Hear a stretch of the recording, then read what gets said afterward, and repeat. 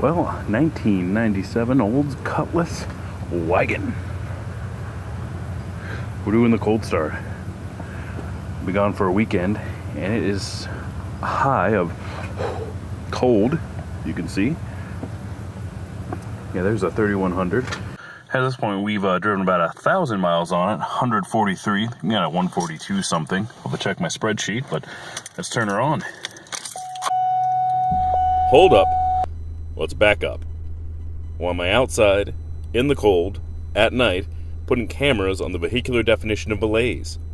This is not a car review or commentary. Plenty of people do that plenty well already. This is a 1996 Olds Cutlass Ciera. Here's why this is the worst wagon you can buy. Plenty of people do that plenty well already. So I'm expecting this middle-aged Catwoman to come out, but then out comes this 20-year-old millennial hot young thing. Well, that's enough of that. 1996 Oldsmobile Cutlass Ciera, the official car of... I said we weren't doing that anymore. I called this car malaise on wheels, but maybe a more appropriate word is torpidity on wheels. Comfort is the game, but it's not slow. Performance is on par with other mid-sized cars of this era. It's perfectly comfortable burying the Speedo indefinitely. This is a 96, stagnant in style and personality alone. The body entered production in 81, and was designed when Jimmy Carter was president. Style remained unchanged until his last model year, 96. I did not set out to make this thing a daily. It was my goal to make a no-start diagnosis video, however...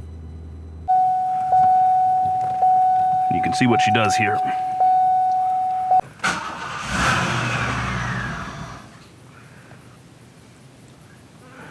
Yeah, it starts, and then choke dies. So let's measure some things here.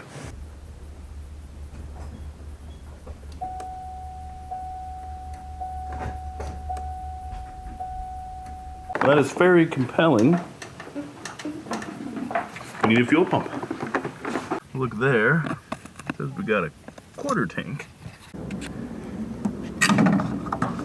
So I don't know if you can believe the gas gauge. I'm gonna say not. So before I get too excited and go all catty crazy on dropping a fuel tank, I'm gonna put a gallon of gas in.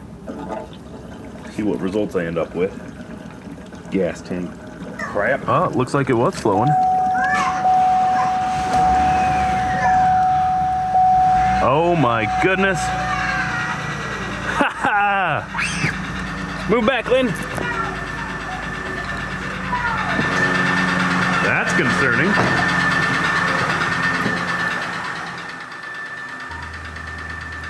Troubleshooting a vehicle whose only ailment is being out of gas does not make for good entertainment. I found this Olds on Facebook. Still feels weird to buy things on Facebook, but then again, Twitter is a potential worthy communication medium, so I should not complain. Let's start this thing. Right off.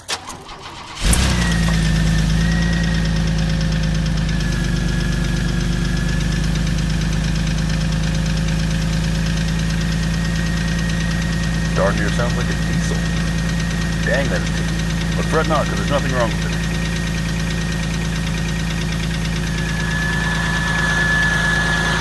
And these actually hold up to their name, their value power.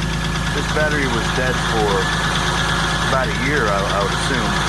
And critical charge it, put it on the good charger for a few times, and we're good.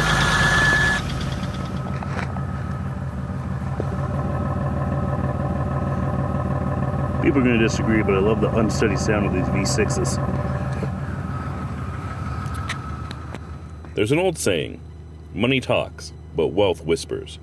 There is a confidence in driving this.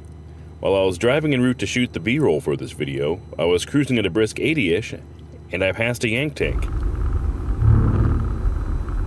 As you can see, it's only smooth.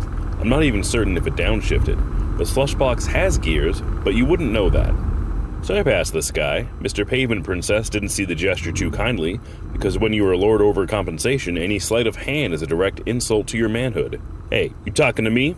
You talking to me? Truck, yeah! So the Super Duty in the sky repasses me, gives me some coal in the process. I and my trusty old pay no mind. No need to get riled up. If the Downs kid gives you a good burn, you laugh along with him. He needs the victory more than you. Turns out he had passed me right before a continental divide. Lots of turns.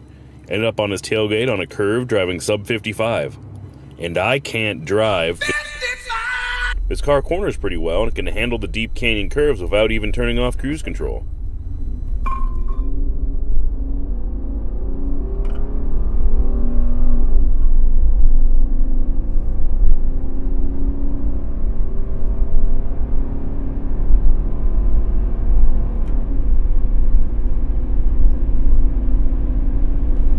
On the next straight, I get passed again, several more times being annoyed by slow curve driving when we come up on a passing lane and I've had enough and I sent it. It has no limiter as far as I can see, but I can say this, it is just as comfortable over 100 as it is at 55.